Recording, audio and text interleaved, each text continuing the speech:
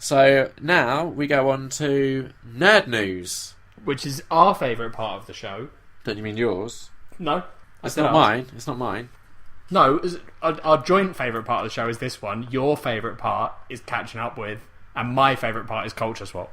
I'm not a big fan of nerd news. Well, aren't you just a dickhead? Look, I can take it or leave it. The issue with nerd news is it dates our show. You talk about what films are out in the cinema that you went to see. They might be out on Blu-ray. You date our show more accurately than when people in the future listen, those films will probably be out on Blu-ray and those thoughts will still be relevant. So will nerd news. No one gives a fuck what happened to the Suicide Squad trailer once the film's out. Yeah, because they get to look back when we do our Suicide Squad special and they're like, oh, it's crazy that Jack and Liam predicted it perfectly. That is something worth mentioning, actually, and I think nerd news is the perfect area to discuss that. Because of the overwhelmingly positive response our Batman vs Superman review got, we will be doing more one-off specials, and I believe the next one will be Civil War. My tickets are already booked. Are yours? Nope. That wasn't to you, that was to the listeners. Oh. But, well, you sort of gestured at me. Well, mine aren't. You need to work on that since we're doing I don't book tickets, I just go, because I've never gone to a cinema and been turned away for lack of tickets. Yeah, but I like getting the aisle seats so I can have a little stretch with my legs. The aisle seats are the worst seats. How? Unless you have a central aisle. Yeah. Right, then that's fine. What cinema are you going to? Central aisle cinemas are small. Yeah, my cinema is quite small. You noob. Anyway, nerd news. Jack, what's been happening in the world of nerd? So, one of the things that's been happening in the world of nerd, Liam, is a little game, I don't know if you've heard of it, called Rust. No, I haven't actually. Fair enough. It's a survival game, you know, the classic sort of DayZ, go out into the world, get enough stuff to survive. Okay. Build guns. I think you get guns in Rust. Build bows and arrows. Shoot everyone. I maybe saw a YouTube video where someone was saying that this is like the biggest betrayal ever in a video game, and it kind of went a bit viral on Reddit or some shit. Possibly. It's the kind of game where, yeah, that sort of stuff happens. Okay. But, so basically, the game has always... Like, when it first came out, you always just all played as the same character. He looked the same. Then they caused a bit of controversy, I guess, even though it shouldn't have been controversy, when it randomly gave you a race, which is, you know, that's fine. Okay. Doesn't matter, doesn't affect anything. Then, recently, they've added... So the thing that just got released was gender, so now randomly your character is either male or female, and I believe it's based off your Steam name or your actual like handle. So if you're a female character, you'll never be a male character. Okay. And you'll always look the way your character looks. Yeah. Which, you know, again, fine. But it's fine for us, but people have kicked up a little bit of a fuss about the whole situation. They did it when the race thing was introduced. They're doing it again now that genders are introduced. And also, penis size is now a factor. Okay. So, the major fuss is that people are like, well, I don't want to be a woman, and oh, it's bullshit. Which is all a little bit pathetic. Like, yeah, very much so. Yeah, like, why does it matter? Yeah. Don't worry about it. If you're the sort of person that is bothered by the fact that you have to play as a woman, you need to kind of reassess your priorities. Exactly. It's ridiculous. So that's that for Rust. The Suicide Squad trailer. Yeah. Right. I like it. It looks good. I like it too. My only concern, I'm done now. I don't need to see any more trailers. They've revealed just enough that I'm definitely going. I do not need another Batman vs Superman where before I even go into the movie, I see how the 3-act structure is going to work. Yeah. What was this? Was this teaser trailer 2? 2 or 3, I think. Because this is the issue. If it's only a teaser trailer, oh yeah, we are getting. I would fully expect at least another 2, but I don't need them. No. I'm sold. They've got my money. I mean, just calm down with the marketing. Yeah, I mean, yeah. I can hope, even if they do 2 more trailers, which they will, it would. You can hope it won't like ruin anything. Yeah. Like, I'm sure they could make trailers that don't like reveal how things are going to go, sort of thing. I don't feel like I need to see any more of the movie. My only other concern with the trailer as well is it feels a lot like Deadshot is basically just Will Smith. Like, it's just Will Smith being Will Smith. I mean, he's a bad guy, though, in this. Yeah, I know, but you look at his dialogue and stuff, that, to me, doesn't feel like anything other than just your standard Will Smith dialogue. And that kind of concerns me, because it doesn't feel like a character, it just feels like Will Smith doing Will Smith. This is just Yeah. obviously basing it off the trailer, and it could be way different in the movie. They could just be trying to, sell tickets like this.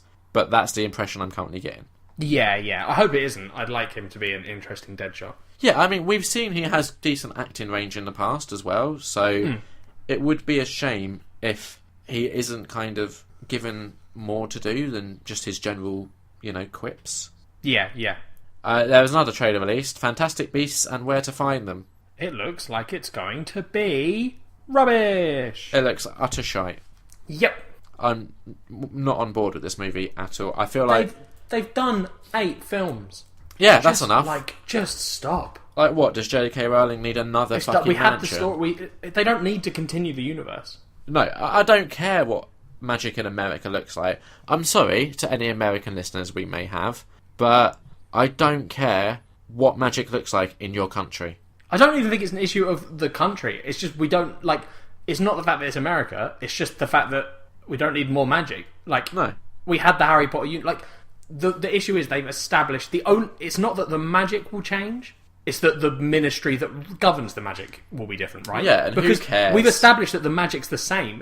They're not going to suddenly be doing different spells. I mean, Well, they'll have more spells in it, but they're not going to be like, oh, in America we do Lumiosa. No, but there's different words. So I think Muggle is a British word for non-magic users, and the word for American non-magic users is Scum. No-Mag. That's a shit name. Yeah, so I don't need to see more of that. And that's what I mean. No. I don't need to see the American version of No, this. exactly. Yeah. So- I didn't Harry Potter didn't end when I finished the books. I was like, as I am with any series of books I finish, I'm like, oh, I wish I could have more in this universe. But I'm also aware that I don't really want that. Yeah. Because you don't want to read a book where everyone's got a happy ending. So the only option they have is we're going to do a different character with a different story. But we don't need that. We don't need it. No, it's done. Let it just be done. There'll be a Harry Potter remake in the next 10 years. Let them crack on with I really hope not. It's bound to be. I think that the state we're getting to with movies now is remakes are becoming quicker and quicker. I would be surprised if we don't have one. Maybe not 10, but next 20 years for sure. I hope not. I 100% agree. But I think that's just the way of movies, the way that it's going. Yeah. It's at the end of the day, if you think about it from a business standpoint, which I think a lot of people neglect to do when it comes to movies, if you're putting up tens of millions of dollars, you're going to go for the thing that has a surefire inbuilt audience that you can tap instead of a new property that you have to just kind of hope clicks. Yeah. So I get from a business perspective, it's just real infuriating from an entertainment perspective. Yes. Now, speaking of movies, regular listeners might remember a little while back we did a podcast where we discussed the Oscars in detail. And you had some issues with the Oscars, didn't you? Yes. Now, I remember one of your solutions to those issues was just let normal people vote. I don't think that was my... I think what you're doing there is misremembering what I said. What I said is, I don't think there should be awards at all. Pardon? I don't think there should be awards at all. Yeah, but you said if there has to be, you would rather hear from your average Joe audience instead of the stuffy Academy Jewish. No, I didn't white... say no. See, because I don't know what this mystical news story you found is, but I can imagine it's going to be something like a bunch of average Joes did an award ceremony or some bullshit, right? Yeah. But what I said, I think, was I think me and you agreed in the fact that it should be people. So for films, it should be people like you, film fans who have seen all the movies. It's not so much the average. I don't care what the average Joe. I don't want them to check a guy who's like, I don't watch films, but I watched these 4 and I think this one was the best. I want it to be people that care about the thing. It's interesting you say that, because I remember when we were discussing this as well, you were saying if it was just handed over to audiences to vote, do you remember what film you said would probably have won Best Movie of the Year? Star Wars? So the MTV Movie Awards happened very recently. Okay. Guess what won Best Movie of the Year? Star Wars? Yep. So Okay. these awards are voted for by, MTV viewers, I guess. So Yeah. again, which not... They are not the average Joes No. of the world. I've seen But- MTV shows. I know what those people are. But I feel like these results would probably skew closer to what would satisfy you and your kind of tastes. Which isn't insulting. I'm just saying, I think it might be. let me just give you some of the results. All right, Okay. go for it. because I agree with a lot of these as well. Best female performance went to Charlize Theron for Mad Max Fury Road. Yep, fair enough. Now, she was up against Alicia Vikander for Ex Machina, Anna Kendrick for Pitch Perfect 2, Daisy Ridley for Star Wars, Jennifer Lawrence for Joy, and Marina Baccarin for Deadpool. So out of that selection, I mean, that's already what I would say is a better selection than what the Oscars had, in all honesty. Yeah. Which I think is interesting that the Oscar winner wasn't even nominated in this award. Like, that just shows you that a movie like Room, which I did enjoy, kind of isn't really regarded with this audience. Yeah. Now, there was another category that I think the Oscars really needs to pick up on. Best virtual performance. Okay, is that so for like animated film? Yeah, so again, I'll give you the nominees. We had Seth MacFarlane for Ted 2. I think it's just Seth MacFarlane. Seth MacFarlane for Ted 2. Fuck knows how I'm going to do this one. Lupita Nyong'o. Yep. For Star Wars. James Spader for Avengers: Age of Ultron. Jack Black for Kung Fu Panda 3. Andy Serkis for Star Wars. And Amy Poehler for Inside Out. Ooh. Who do you think won? Oh, I don't know. I was going to say Ultron, but then the Inside Out one was pretty good. Amy Poehler was the winner. There you go. Also a category that I don't necessarily agree with, like the category's best action performance, okay? Now, what I would prefer to see a category for is stunt work, because I feel like that's often overlooked, you know, like... Yeah. I mean, we watch these movies, like, we look at James Bond, and we see Daniel Craig doing this stuff, but half of it isn't really Daniel Craig. I'm sure a lot of it is, but yeah. I would like to see more recognition go to stunt work. Now, action performance, it is just, you know, actors and actresses who are in action movies. So, Chris Pratt won for Jurassic World, which, you know, can't knock it. True Story, Straight Outta Compton won, which didn't really even get a look in with the Oscars. So again, I'm pleased with that. Best Comedic Performance, Ryan Reynolds for Deadpool, can't complain. No, yep. Best Male Performance, this is where I have an issue, because it was Leo DiCaprio again for The Revenant, and like we said before, he's not even the best actor in that movie. So I don't know why he's getting all this award recognition for it. Yep. Breakthrough performance is Daisy Ridley for Star Wars. Yep. Cannot complain at all. Nope. Best villain, Adam Driver in Star Wars. You know, best fight, Deadpool versus Ajax. And then, I think one of my favourite categories, and I'd like to see if you could guess who won this. Best kiss. So, here's the options. Margot Robbie and Will Smith for Focus. Marina Baccarin and Ryan Reynolds for Deadpool. Rebel Wilson and Adam Devine for Pitch Perfect 2. Amy Schumer and Bill Hader for Trainwreck. Dakota Johnson and Jamie Dornan for 50 Shades of Grey. And Leslie Mann and Chris Hemsworth for Vacation. The issue, Liam, is that I've seen one of those films, I think. Yeah. And that was Deadpool. Yeah. So I'm going to say Deadpool because I don't know any of the others. It was actually Rebel Wilson and Adam Devine for Pitch Perfect 2. Yeah, no, I was lying. I've seen Pitch Perfect 2, and that's fair. I haven't seen it yet. But I mean, that just... What a category to have. It's a weird... I mean, that's a very MTV category. Yeah. But like... Do they have sexiest actor or actress? Because that is also very MTV. No, but there was, on the website... Oh, sorry, there was also a Generation Award winner, which was Will Smith. And what does that mean? Just like he's old and gets an award, basically. Right. Okay. And a Comedic Genius Award winner, which went to Melissa McCarthy. Okay. Now, on the website, there wasn't like a, you know, sexiest award, but there was a Hot Dudes in Jackets at the 2016 Movie Awards ranking. Yeah, that makes sense. That's very MTV. Yeah. So, I don't know, I thought it was interesting, like, how different to the Oscars these categories are, and also the results, and I felt like they skewed more towards your kind of preference than the Oscars did. I mean, I still don't think that awards are needed or necessary at all, right? Okay.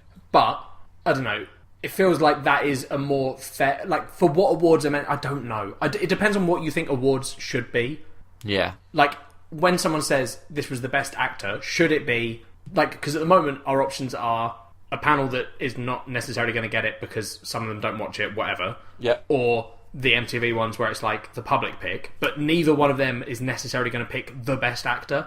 Well, how do you kind of... Exactly, that's what I mean. Quantify. So what's the point in doing... But exactly. So, like, why do the awards at all? Because there's not a solution that gives us the correct answer. Because surely it's better to have a best actor Why? than not to have one.